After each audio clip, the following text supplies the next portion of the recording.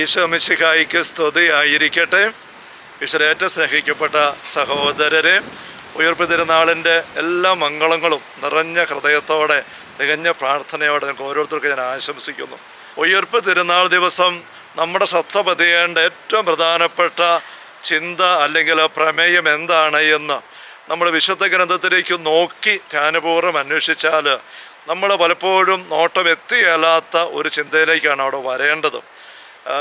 ബൈബിളിൽ 4 സുവിശേഷകന്മാരും ഒരുപോലെ പങ്കുവെക്കുന്ന സംഭവങ്ങൾ ഒത്തിരിയൊന്നുമില്ല എന്ന് നമുക്കറിയാം. പക്ഷേ 4 സുവിശേഷകന്മാർ ഒരുപോലെ പങ്കുവെക്കുന്ന ഒരു സംഭവം ഈശ്വര ഉത്ഥാന ദിവസത്തിൻ്റേതാണ്. അത് മറിയം മഗ്ദലേന എന്ന വ്യക്തിയെക്കുറിച്ചാണ്. മറിയം മഗ്ദലേന എന്ന വ്യക്തി മാത്രമാണ് ഉത്ഥാന ദിവസം രാവിലെ ഈശോയുടെ കല്ലറയെങ്കിലേക്ക് പോയത് എന്ന് യോഹന്നാൻ സുവിശേഷകൻ 20-ാം അധ്യായത്തിൽ പങ്കുവെക്കുന്ന നമുക്ക് കാണാനായിട്ട് പറ്റും. മർക്കോസ് സുവിശേഷകനാകട്ടെ 16-ാം അധ്യായത്തിൽ 9 മുതൽ വാക്യങ്ങളിൽ പറയുമ്പോൾ ഉത്ഥിതനായ ശേഷം ഈശോ ആദ്യം മഗ്ദലേന മറിയത്തിന് പ്രത്യക്ഷനായെന്ന് എടുത്തു പറഞ്ഞിരിക്കുകയാണ്. ലൂക്കാസ് സുവിശേഷകനും മത്തായി സുവിശേഷകനും ഈ കാര്യങ്ങൾ പങ്കുവെക്കുമ്പോൾ കല്ലറയ്ക്ക് പോയ സ്ത്രീകളെക്കുറിച്ച് പറയുമ്പോൾ ആദ്യം പറയുന്നവർ മറിയം മഗ്ദലേനയുടേതാണ്. അപ്പോൾ 4 സുവിശേഷകന്മാർ ഒരുപോലെ ഒരു അഭിപ്രായ വ്യത്യാസം ഇല്ലാത്തതുപോലെ മറിയം മഗ്ദലേനയ്ക്ക് 1-ാം സ്ഥാനം കൊടുത്തിരിക്കുന്നത് നമുക്ക് അവഗണിക്കാൻ പറ്റുന്ന കാര്യമല്ല. വിശുദ്ധ പിതാക്കന്മാർ ബൈബിൾ വ്യാഖ്യാനിക്കുമ്പോൾ പറയും, മറിയം മഗ്ദലേനയെ പോലെ ഇരുണ്ട ജീവിത പശ്ചാത്തലമുള്ള ഒരു വ്യക്തിയെ ഈ സുവിശേഷകന്മാർ 4 പേരും ഈശോയുടെ ഉത്ഥാന ദിവസം എന്തുകൊണ്ടാണ് ഇങ്ങനെ 1-ാം സ്ഥാനത്തേക്ക് ഉയർത്തി വെക്കാൻ പരിശുദ്ധാത്മാവ് പ്രേരിപ്പിച്ചത്? ഇത് നമ്മൾ ശ്രദ്ധിക്കേണ്ട കാര്യമാണ്. മറിയം മഗ്ദലേനയെക്കുറിച്ച് സുവിശേഷന്മാർ ലൂക്ക 8-ാം അധ്യായത്തിൽ 2-ാം വാക്യത്തിലും മർക്കോസ് സുവിശേഷം 16-ന്റെ 9-ാം വാക്യത്തിലും ഒരുപോലെ പറഞ്ഞിരിക്കുന്ന ഒരു കാര്യം, ഇവിടെ നിന്ന് 7 പിശാചുക്കളെ പുറത്താക്കിയിരുന്നതാണ്. 7 പിശാചുക്കളുടെ പരാമർശനം ബൈബിൾ നമ്മൾ വേറെയും കാണുന്നുണ്ട്. മത്തായിയുടെ സുവിശേഷം 12-ാമത്തെ അധ്യായത്തിൽ 45-ാം തിരുവചനത്തിൽ ഒരു അശുദ്ധാത്മാവ് പുറത്തു പോയിട്ട് തിരിച്ചു കയറാൻ നോക്കുമ്പോൾ ആ അശുദ്ധാത്മാവ് പോയി തന്നേക്കാൾ ദുഷ്ടനായ വേറെ 7 കൂട്ടിക്കൊണ്ട് വരുന്നു.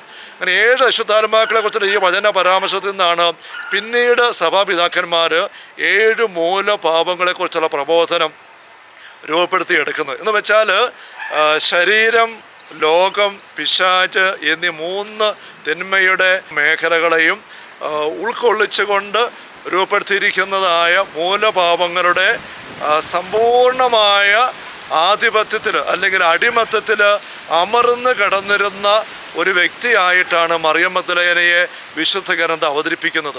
അങ്ങനെയുള്ള മറിയം മഗ്ദലേനയാണ് ഈശോ തൻ്റെ ദൗത്യം മുഴുവൻ പൂർത്തിയാക്കിക്കൊണ്ട് വിജയശ്രീലാളിതനായിട്ട് ഉത്ഥാന ദിവസം മഹത്വത്തോടെ പ്രത്യക്ഷപ്പെടുമ്പോൾ ആദ്യം ഈശ്വര പക്കൽ ചേർത്ത് വെക്കുന്നത് പരിശുദ്ധാത്മാവ്. മനസ്സിലാക്കണം, പരിശുദ്ധാത്മാവ് ചെയ്യുന്നത്. നല്ലൊരു മത്സരത്തിൽ പങ്കെടുത്തിട്ട് 1-ാം സ്ഥാനം കൈവരിച്ച് ട്രോഫിയുമായിട്ട് തിരിച്ചു വരുന്ന ഒരു വീര പോരാട്ടക്കാരൻ്റെ ചിത്രമാണ് ഈശോയുടെ ഉത്ഥാന ദിവസം നമ്മൾ കാണുക. ആ പോരാട്ടക്കാരൻ്റെ ട്രോഫിയായിട്ട് പരിശുദ്ധാത്മാവ് ഈശോയുടെ കയ്യിൽ വെച്ച് കൊടുക്കുന്ന മറിയം മഗ്ദലേനയാണ്. ഇത് സ്നേഹമുള്ള സഹോദരങ്ങളെ, വിശുദ്ധ ഗ്രന്ഥമല്ല സുവിശേഷം മുഴുവൻ്റെയും അടിസ്ഥാന പ്രമേയത്തെ വളരെ വ്യക്തമായും കൃത്യമായും നമ്മുടെ മുമ്പിൽ അവതരിപ്പിക്കുന്ന ഒരു വിശുദ്ധ ഗ്രന്ഥ ചിത്രമാണ്. എന്താണ് ആ ചിത്രം? ഞാൻ പലപ്പോഴും വചനത്തിലേക്ക് ധ്യാനിക്കുമ്പോഴെല്ലാം ബോധ്യപ്പെട്ട് എൻ്റെ ഉള്ളിൽ നിറയുന്ന ഒരു ചിന്തയുണ്ട്. എന്ന് വെച്ചാൽ പിശാചിനെ ശ്രദ്ധിക്കാതെ വിശുദ്ധ ഗ്രന്ഥം മനസ്സിലാക്കാൻ പറ്റത്തില്ല. അതിൻ്റെ വേറൊരു പരാമർശനമാണ്, പിശാചിനെ ശ്രദ്ധിക്കാതെ ഈശോയുടെ ദൗത്യം മനസ്സിലാക്കാൻ പറ്റുകയില്ല. വീണ്ടും പറഞ്ഞാൽ പിശാചിൻ്റെ മേഖലയെ ശ്രദ്ധിക്കാതെ സുവിശേഷത്തിൻ്റെ കരുത്തും ഭംഗിയും മനസ്സിലാക്കാൻ പറ്റുകയില്ല. നമുക്കറിയാം, യോഹന്നാൻ്റെ 1-ാം ലേഖനം 3-ാം അധ്യായം 8-ാം വാക്യവും 5-ാം വാക്യവും പറയുന്നു, പിശാചിൻ്റെ പ്രവൃത്തി നശിപ്പിക്കാൻ ദൈവത്തിന് പ്രത്യക്ഷനായത്, പാപത്തെ ഏറ്റെടുക്കാനാണ് ദൈവത്തിന് പ്രത്യക്ഷനായത്. അപ്പം ഈശോയുടെ ദൗത്യം അതാണ് എങ്കിൽ അതിന് മനോഹരമായ ഒരു ഐക്കണും ചിത്രവുമാണ്, സൂചനയാണ് ഉത്ഥിതനായ ഈശോ മറിയം മഗ്ദലേനയ്ക്കൊപ്പം നിൽക്കുന്നതായി 4 സുവിശേഷന്മാർ പങ്കുവെക്കുന്ന ഈ കാര്യം. സ്നേഹമുള്ള സഹോദരൻ, എന്താണ് ഇതിൻ്റെ അർത്ഥം? നമ്മുടെ ജീവിതം എന്തുമാത്രം സാത്താൻ്റെ പിടിയിലും പാപത്തിൻ്റെ, ജഡത്തിൻ്റെ, ലോകമോഹങ്ങളുടെ വഴിയിൽ അമർന്ന് കിടക്കുന്നതാണെങ്കിൽ പോലും മറിയം മഗ്ദലേനയെ പോലെ ഈശ്വര പക്കലേക്ക് വരാൻ തയ്യാറായാൽ, ആ പാദങ്ങളിൽ അനുതാപത്തിൻ്റെ കണ്ണീരോടെ ചേർത്ത് ചുമ്മനം ചൊരിഞ്ഞുകൊണ്ട് ചേർത്ത് പിടിച്ച് ആ പാദങ്ങളിൽ കിടക്കാൻ തയ്യാറായാൽ, അവിടുത്തെ പാദങ്ങളിരുന്ന് അവിടുത്തെ തിരുവനന്തപുരം കാതുറക്കാൻ തയ്യാറായാൽ, അവിടുത്തെ കുരിശൻ്റെ വഴിയിലും കുരിശൻ്റെ ചുവട്ടിലും വിട്ടുപോകാതെ അവിടുത്തെ അനുഗമിക്കാൻ തയ്യാറായാൽ, നമ്മുടെ ജീവിതങ്ങളും ഇതുപോലെ മനോഹരമായിട്ട് രൂപാന്തരപ്പെട്ടു വരും. നമ്മൾ കാണുന്നുണ്ടല്ലോ വെളിപാട് പുസ്തകത്തിലോ 7-ാമത്തെ അധ്യായത്തിലോ 9 മുതലുള്ള വാക്യങ്ങളിലോ സ്വർഗത്തിലെ വലിയ ജനാവലി, എല്ലാ ജനതകളിലും ഭാഷകളിലും ഗോത്രങ്ങളിൽ നിന്നുള്ള വലിയ ജനക്കൂട്ടം. പക്ഷെ അവർക്കെല്ലാം ഒരേ രീതിയാണ്. വെള്ള അങ്കി അണിഞ്ഞ് കുരുത്തോലയുമായി ദൈവത്തിന് സ്തുതി പാടുന്നവർ. അവരെക്കുറിച്ച് 2 കാര്യം പറയും. 14-ാം വാക്യത്തിൽ അതേ അധ്യായത്തിൽ പറയുന്നത്, ഞെരുക്കത്തിൽ നിന്ന് വന്നവർ കുഞ്ഞാടിൻ്റെ രക്തം തങ്ങളുടെ അങ്കിൽ കഴുകി വെളുപ്പിച്ചവരാണ്. ഇതാണ് നമുക്ക് എല്ലാവർക്കും ഉള്ള സ്വർഗീയ സൗഭാഗ്യത്തിൻ്റെ നേർക്കാഴ്ച. അതിലേക്ക് ആദ്യം കയറി വന്ന വ്യക്തി മറിയം മഗ്ദലേന. അങ്ങനെ അവളെ കയറ്റിയെടുക്കാൻ എനിക്ക് സാധിച്ചു എന്നുള്ള ഈശോ വിജയത്തിൻ്റെ വലിയ കാര്യവും. സഹോദരങ്ങൾ, നമ്മൾ കഴിഞ്ഞ 50 ദിവസം 50 നോയമ്പിൻ്റെ വലിയ ആത്മീയ അഭ്യാസങ്ങൾ കടന്നു വരികയായിരുന്നു. ഈശോയുടെ 40 ദിവസത്തെ മരുഭൂമിയിൽ ഉപവാസ പ്രാർത്ഥന, അതുവഴി സാത്താനെ പരാജയപ്പെടുത്തിക്കൊണ്ട് ഈശോ തൻ്റെ ദൗത്യം ആരംഭിക്കുന്നതിനെ പറ്റി ധ്യാനിച്ചുകൊണ്ട് നമ്മൾ ആരംഭിച്ചു. ഈ കഴിഞ്ഞ ദിവസങ്ങൾ ഈശോ കുരിശിൽ തൻ്റെ ജീവിതം ബലി അർപ്പിച്ചുകൊണ്ട് ഈ ലോകത്തിൻ്റെ പ്രമാണിയെ പുറന്തള്ളുന്ന ആ കുരിശ് മരണത്തിൻ്റെ വലിയ ആചരണവും ആഘോഷവും നടത്തിക്കൊണ്ട് നമ്മൾ ദുഃഖവെള്ളിയും ദുഃഖശനിയും ആചരിച്ച് ഉദ്ധാനത്തിലേക്ക് വന്നിരിക്കുകയാണ്. പിശാചിൻ്റെ പോരാട്ടത്തിൻ്റെ ശക്തമായ ഒരു കാലഘട്ടം നമ്മുടെ ജീവിതത്തിൽ ഈ വലിയ നോയമ്പോട് നമ്മൾ കടന്നു പോകുന്നപ്പോൾ നമ്മൾ സ്വന്തമാക്കാനായിട്ട് പരിശ്രമിച്ചതും. അതിന് എന്തുമാത്രം മണിക്കൂറുകൾ നമ്മൾ പ്രാർത്ഥന ചെലവഴിച്ചു. എല്ലാ ദിവസവും കുർബാനയെ സംബന്ധിച്ച് നമ്മൾ പലരും പുരുഷൻ്റെ വഴി നടത്തി, മല കയറ്റി തീർത്ഥാടനം നടത്തി, ഉപവാസവും നോയമ്പും എടുത്തു, ഒരുപാട് തിരുക്കർമ്മങ്ങൾ പങ്കെടുത്തു, പ്രാർത്ഥന ചെലവഴിച്ചു. ഇതെല്ലാം വഴി നമ്മൾ ആർജിച്ചെടുത്തതായ ഒരു വിശുദ്ധീകരണ അനുഭവം ഈ മറിയം മഗ്ദലേനയെ പോലെ ഈശോയോട് ചേർന്നായിരിക്കാണ്ട് നമ്മളെ പ്രാപ്തരാക്കിയിട്ടുണ്ടോ? ഇതാണ് നമ്മൾ നോക്കേണ്ടത്.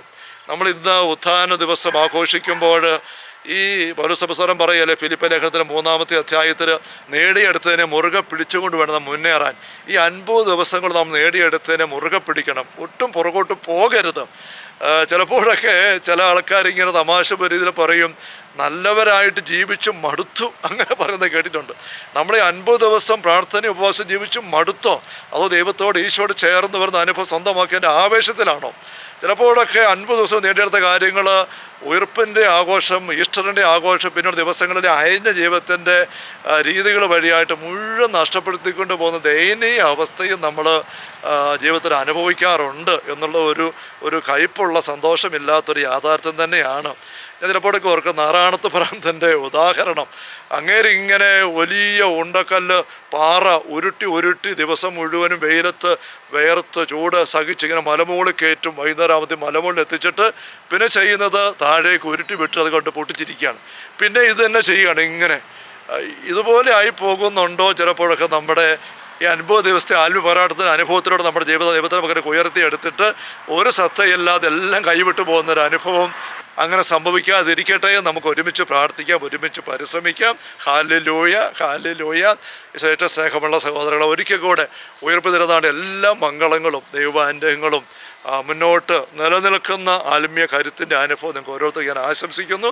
ഉത്ഥിതനായ കർത്താവ് ഈശോ മിശിഹായുടെ സമൃദ്ധമായ കൃപയും അനുഗ്രഹങ്ങളും പിതാവായ ദൈവത്തിൻ്റെ അവർണ്ണനീയമായ സ്നേഹവും പരിശുദ്ധാത്മാവായ ദൈവത്തിൻ്റെ നിരന്തരമായ സാന്നിധ്യ സഹവാസവും സ്നേഹമുള്ള സഹോദരങ്ങളെ നാം ഓരോരുത്തരോടും കൂടെ ഉണ്ടായിരിക്കട്ടെ, ഇപ്പോഴും എപ്പോഴും എന്നേക്കും.